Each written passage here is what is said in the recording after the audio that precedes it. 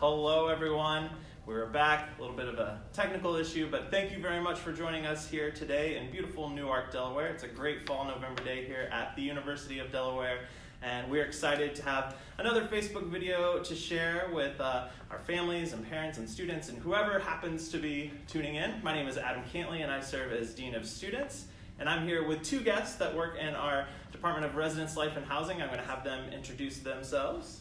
Hi, my name is Michelle Kane. I am a Senior Associate Director in Residence, Life, and Housing, and I've been with the University of Delaware for just over 21 years. And hello, my name is Jim Tweedy. I'm the Director of Residence, Life, and Housing. I've been with the University of Delaware in Residence, Life, and Housing for 22 years. In fact, I got my very first RA job in 1985, and this is what I've been doing my entire adult life. So they're very brand new to the University of Delaware, as you can tell. They have not been here long at all, so I don't know how they'll do with these questions. They don't know a lot. But today we're going to talk a lot about living on campus, living in Newark. As you all know, a majority of our students here at the University of Delaware either live in our on-campus residence halls or the surrounding Newark area. So that's really what we're going to talk about today with two of the experts on campus in this area. So we have some questions that were already sent to us, and of course there's a little chat feature. We have somebody over here to my right who is magically going to feed us questions if we get those as well, so we can look at those. But we'll go ahead and just kind of kick it off with a general question. For our students who are living on campus, what do you think is the way that they can make the most of that experience? One of the things that we'd recommend to any student is, and I think everybody knows this, but campus engagement. The idea of making connections, the idea of joining clubs, organizations, finding your fit at the University of Delaware, finding a place where you belong, and being able to really take advantage of just being here. They're here on campus and they may feel like time is an issue or they're stressed and overwhelmed, but actually some of that's alleviated by, in fact, getting busier and getting more engaged on campus. We've got hundreds of student organizations, and they're always looking for membership. We have a lot of different groups within each residence hall where they can have, kind of starting small, be able to kind of work their way up in terms of other involvement opportunities. But I would say that if you're going to take advantage of the on-campus experience, make connections with your faculty, make connections with the clubs and organizations, and just take advantage of what being here in this place can do for you for this amount of time. And it's one of the things that makes such a huge difference for our students. I think one of the tough things, all three of us teach the first year seminar class, and we do hear students who are having struggles, even at this point in time. Our course, most of them just ended. But it's those things that Jim said and giving them a try, time after time. It might not have worked out the first time you gave an organization an opportunity, but try it again. Reconnecting with the resident assistant on the floor if they live on campus so that they can find other opportunities, because maybe they thought they were really into one thing that they came with them from their time previous to UD, but making sure that they give something new a try as well. And something I always tell my first year students is this idea of every person feels awkward. Every person, when they're joining a new group, a new organization, a new situation, feels awkward. If you can find some tools to just push through that awkwardness and just make that first step, it can make all the difference. Yeah, I think that's great advice, and really part of being a university student is finding your home here on campus and how you feel like you belong here. So there's a lot of great opportunities to do that in the halls. So Michelle, you brought up the resident assistant, RRAs, things like that. A lot of students who are living on campus have now interacted with some of these wonderful students that we have here. Maybe some thoughts about maybe if a student wants to become an RA, how can they do that? What that process looks like for our students who want to jump into the world of working in residence, life, and housing. Yeah, it's a perfectly timed question because our resident assistant application is scheduled to open this week. It is. Yeah. We're moving very quickly. And I will make a plug for the RA job. We think it's just an incredible student leadership opportunity, but it's also a really amazing job. We do, and some things we're really proud of, we do a ton of training. They get exposed to different training topics that are going to benefit them. I don't care what career they go into. I don't care what industry they go into. The training that they receive in this kind of work can go just miles for any student. At the same point, and I think even when we're looking at this idea about being in an environment where you make a contribution, you make a difference, it can really help your university experience all the way around. And when we're talking about, in terms of how to be more eligible for such a job, it goes back to that idea of involvement. We want people who are involved on campus. We want people who are involved in their floor. We want people who instinctively want to make a difference in the lives of other people and instinctively want to help others. So if you're starting to actualize those habits, if you're a person on your floor who can take advantage of not only the opportunities, but big or small, you make life better around you, you make the residence hall better in your environment, then you're right on the right path to become an RA for us. Great. I think we all realize that sometimes students have struggles on campus and struggles in the residence halls. So maybe what is your advice if a student is having a roommate issue or a concern with somebody else in their floor? How would you say they should go about solving that problem? Oh, yeah, roommate problems. I have been married for, I think, 15, 16 years now. I still have some roommate problems, but I don't have the great staff to help me. I rely on myself, right? Built-in mediator? Yeah, built-in mediator, right there. Okay. Yeah. We expect people to have problems in a residence hall. Yeah. I mean, it's a scenario to where you've been going from probably having a great deal of privacy, your own room very often is the case, not having to really engage with a lot of negotiation. In our settings, you're sharing virtually everything with 40 or 50 other people, certainly in your room with 1 or 2 other people, and that process of negotiation is something that our students haven't had a lot of experience with. Right. So we do just a great deal of training with RAs, and we think that they're exceptional in terms of that discussion mediation process. And I think just to be familiar with anybody, most of our conflicts come as a result of either a lack of communication or poor communication. So obviously leaving somebody a snarky note doesn't necessarily help facilitate a relationship if you're upset about something. Communicating in a passive-aggressive fashion doesn't necessarily help with things. And those are issues that we certainly find. But what we ask our students to do, and especially when we get into a more facilitated conversation, is really learn how to express yourself and learn how to do so and speak about how things are impacting you, what kinds of things would help with the situation, and how to resolve it. We find that we can resolve an awful lot. We've certainly experienced virtually any kind of conflict that you can imagine in a residence hall. And we ask that our students really try to go through, again, sometimes an awkward process, sometimes an uncomfortable process, and be able to face that and be able to have those negotiations and be able to have those conversations. If they can do that themselves, wonderful, but if they need assistance with that, we have a very experienced staff, and if their RA isn't effective working with that, we also have our residence hall coordinators who have all achieved their masters at a high quality program from somewhere in the US, and have an experience in this that is really kind of second to none in terms of being able to facilitate those. And the thing that I ask people to remember, even as parents, families, is that we all have conflicts in our workplace. We all have teams that are sometimes frustrating to work with. We all have neighborhoods or things where there's times where we need to be able to assert what we need, what we want, and to do that in a fashion that we still maintain the relationship. It's no different than when they're in the residence halls, but we feel like we've got a terrific safety net, and what a great time to learn some of those skills, to learn some of those practices, and to be able to apply those later in life. Yeah, I think I'm glad you brought up the residence hall coordinators. I think a lot of families, I know when I'm speaking to them, they don't know that there is a professional level staff in those spaces supervising those RAs, and a lot of times we make the referral to the residence hall coordinator and they're like, is that a student? I'm like, oh no, it is not a student. This is a professionally trained staff member that is an expert in this area and building community and helping with these problems, so I'm glad that you highlighted them for them as well. What about staying healthy in the halls? I think a lot of people have that concern. How would you recommend a student stays healthy in our residential facilities? Yeah, I think it's really important. There's lots of different types of health, right? There are some physical health pieces, and I often hear, especially as people move to this area, if they're from other areas, they connect with different allergens in different ways in this region. Yeah. So I definitely know that there are pieces like that folks have to be really aware of. Mm-hmm. There are those pieces around, they're in these closed quarters, so for a college student to clean up their room a little bit, wipe down a doorknob or two, I know that can be a bit much work, but we all know those clean surfaces and even clean hands make a difference. And then there's one's mental health and well-being, and making sure that students are thinking about taking that break.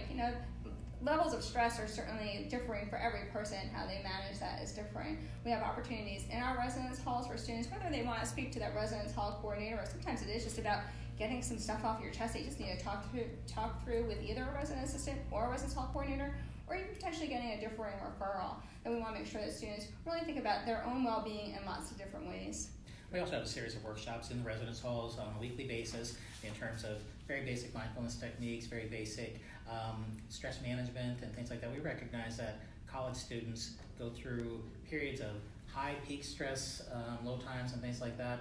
And so, we try to have a number of kind of group-based activities that work with that. And, as Michelle mentioned, there's a variety of things to be involved with. And, obviously I think there's a wealth of opportunity for kind of physical health, and that's whether that's at the Little Bob or with sports and recs and intramurals and things like that. And it's also a good way to find community as well. But we do know that there's an ever-growing number of students who really do struggle with kind of a both emotional, psychological well-being issues and things like that. And not all of them really need to perhaps be seen by a therapist or a counselor, but we do recommend some of our skills-based workshops and just practicing different techniques and being able to deal with momentary phases of anxiety, and sort of work with some other students who are struggling with the same thing. And we find that they can be really effective that way. Yeah, I think we talk a lot about students being really strong self-advocates. They're not being afraid if you need that support, whether that's mental health, physical health, and accessing that. But the great thing about being in our halls with RAs and our residence hall coordinators, if they're kind of struggling doing that on their own, there's a support to help them get connected that exists, which is great as well.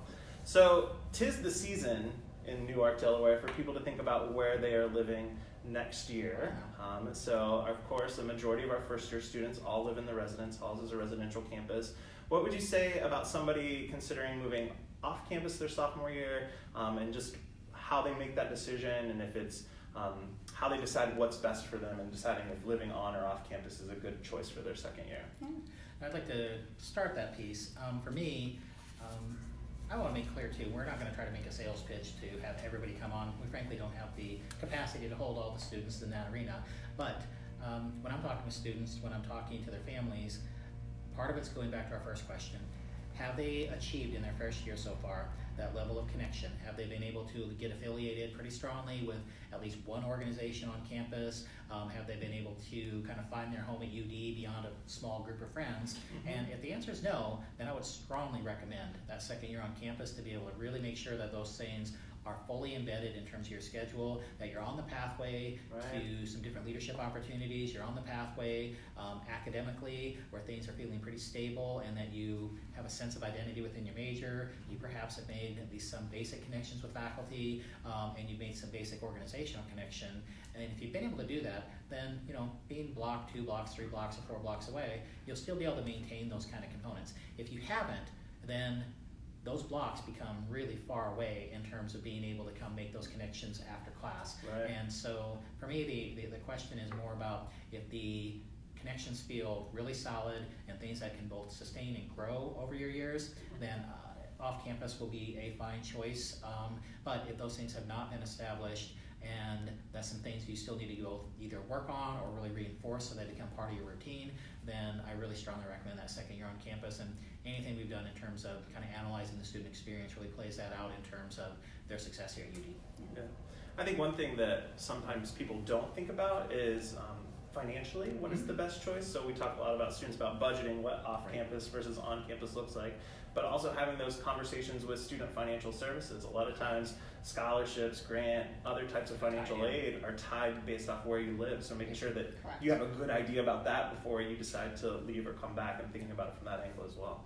And I do feel for the students in this because frankly the off-campus market starts in August, signing leases for the following year, and so there's a tremendous amount of pressure on the students, like probably week 2 or 3, where their friends saying, we've got to sign this lease, we've got to get this place, and it's hard to know if you're ready for that at that point because that market moves quickly. We've tried, we're still fairly early, so our sign-up process is right now in terms of the first stage, but we do give students an opportunity in February as well to be able to, if they haven't selected or haven't thought about roommates yet at that point, or if they're still making relationships, they can make that modification there. And that is a really challenging situation for folks when they're making a commitment with people that perhaps they've only known for a few weeks to spend their entire second year with. And we recognize the stress. We talk to a lot of students about that, and we try to help them as much as they possibly can in their decision making. Again, with really no sales pitch, it's just a matter of trying to serve our students, whether they're off or on campus. We want them to succeed.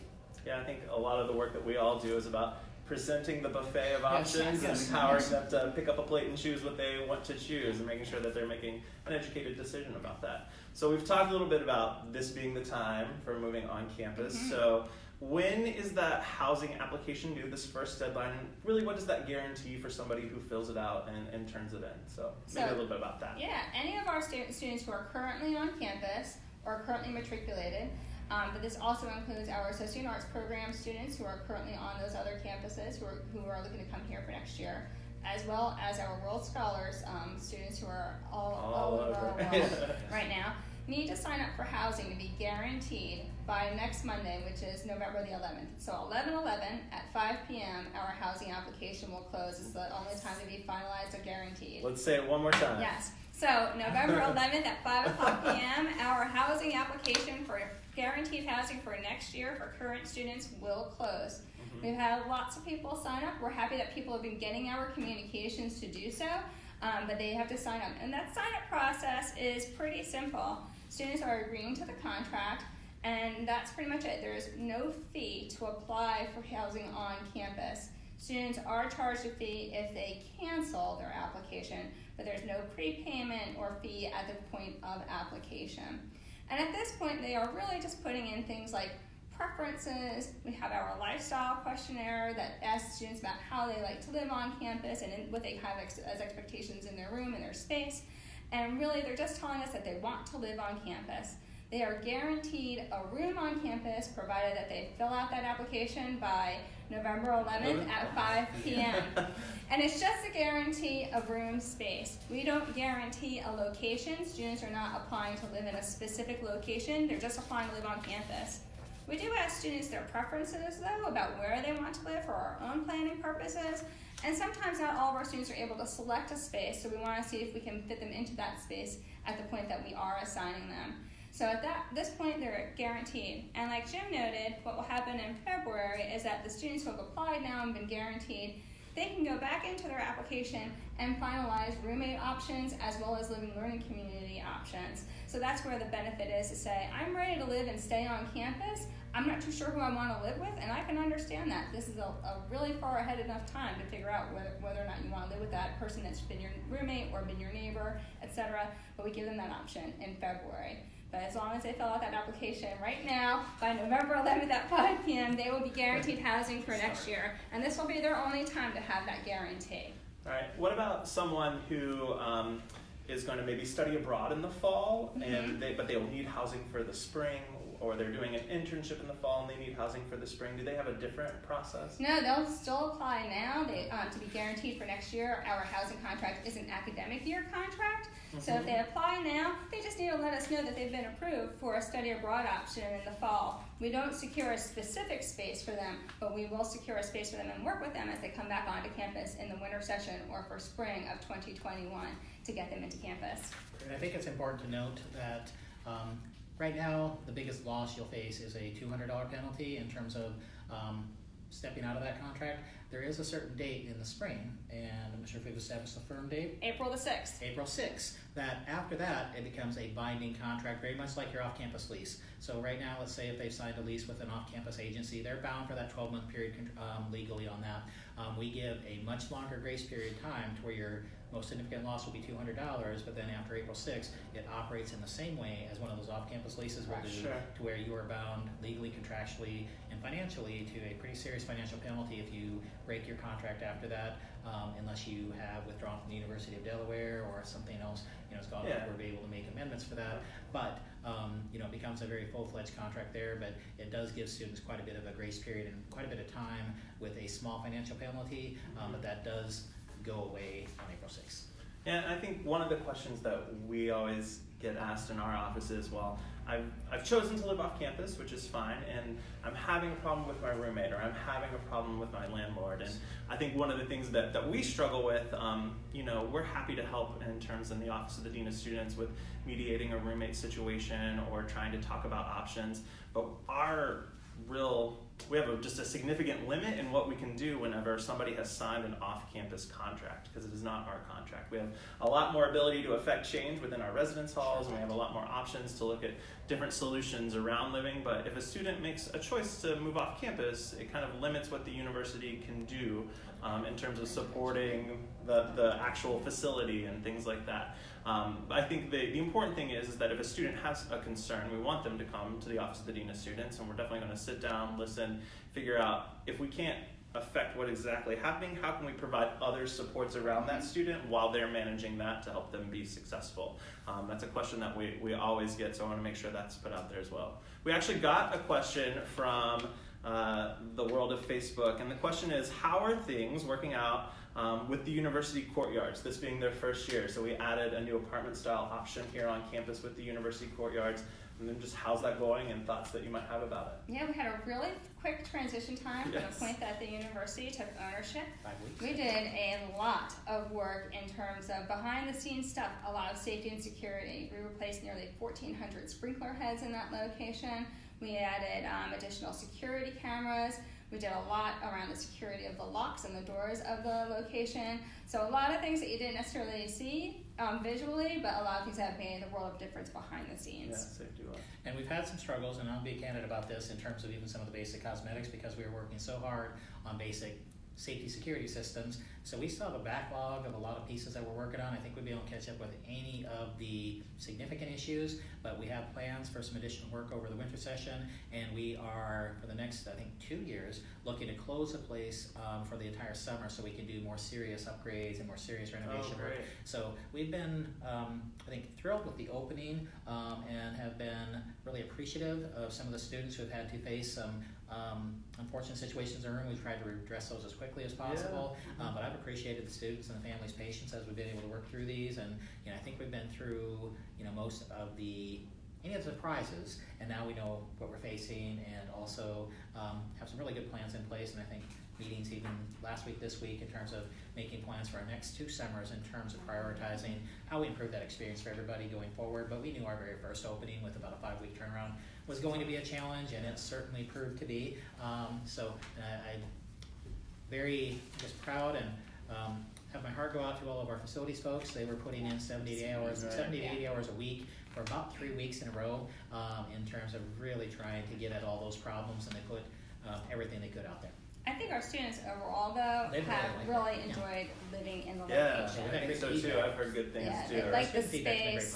They are connecting with each other. They're even doing student initiative fund events, which is an opportunity for students to gain money from our department that they do not need to pay back to run an engagement activity with their community. So they're really appreciating the opportunity to have that type of quality of space on campus. I've been somewhat surprised by the level of engagement. We were uncertain in terms of an apartment setting, how involved students would get with community activities and things we do at the clubhouse. We've had terrific attendance for the events, and the community activity parts of it have actually been a really, really pleasant surprise. And actually, compared to, like, say, Christiana Towers, where we really struggled, I think, to get people out, they've had a much more kind of open approach to getting out there, meeting new folks there, and that's been something I've enjoyed that we really want to expand upon. Great. So as we wrap this up, and I'm sorry if we miss any questions, but that's what we're going to do right now. If people have follow-up questions for you or Residence Life and Housing, where can they access information or how they can get in contact with the office? We love people to call and contact us. We do not have a call center. We have people in our space that are answering our phone calls. We have great pickup rate and a great return rate. So our phone number is pretty simple. It's 302-831 home, or 4663. So 302-831-4663. We also have our email address, which is reslife-housing@udel.edu. So we welcome people to contact us that way. But again, like we were noting, we've got staff in the hall. So if there are students that have questions, they can go right to their resident assistant, right to their residence hall coordinator. That student contact is great. And they can also come into our space in our office. We are located at 310 Haynes Street, which is in the Lifolet Gilbert Residence Hall. We are on the first floor. We occupy 2 different office suites there, 112 and 116. We're open 8 a.m. to 5 p.m. Monday through Friday. We're not always in our office and in our spaces necessarily, but there's always somebody there to greet them and help them out. Great. And I, as somebody who works with them every day of the week, they are 100% telling you the truth. They welcome that contact. They're going to return your call, and they're going to help you the best way that they can here at the University of Delaware. Thank you to Michelle and Jim for being here today. I hope you all enjoyed this, and thank you all for joining us. And if you have other questions, please reach out to Residence Life and Housing or leave them in the comments below, and we might get some folks to respond to those as well. So thank you all very much. Have a great day. See you. Bye. Bye.